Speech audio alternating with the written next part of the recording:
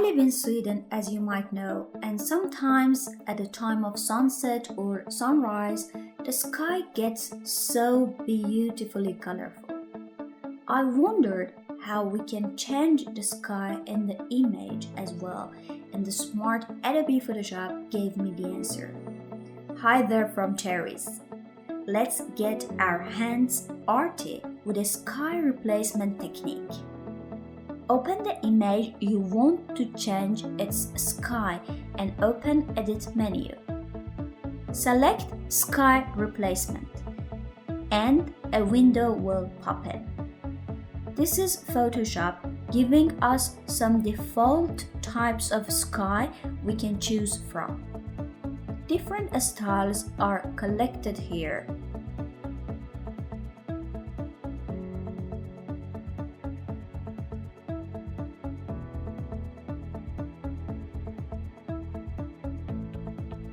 We can also browse the sky that is our favorite from our gallery by clicking on the plus button.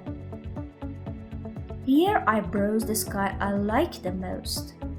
I select it from the style and done. The sky is replaced in an eyeblink. Make sure to put a check mark on preview to see the changes.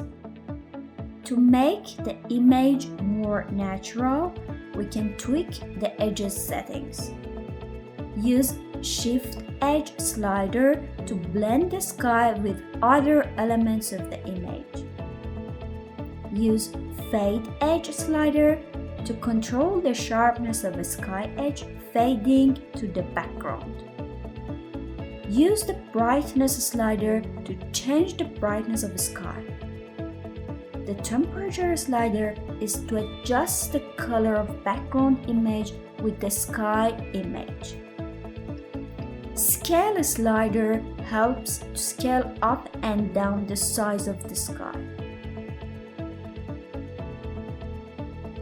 Lightening adjustment slider controls the light and brightness of the image to be adjusted with the sky.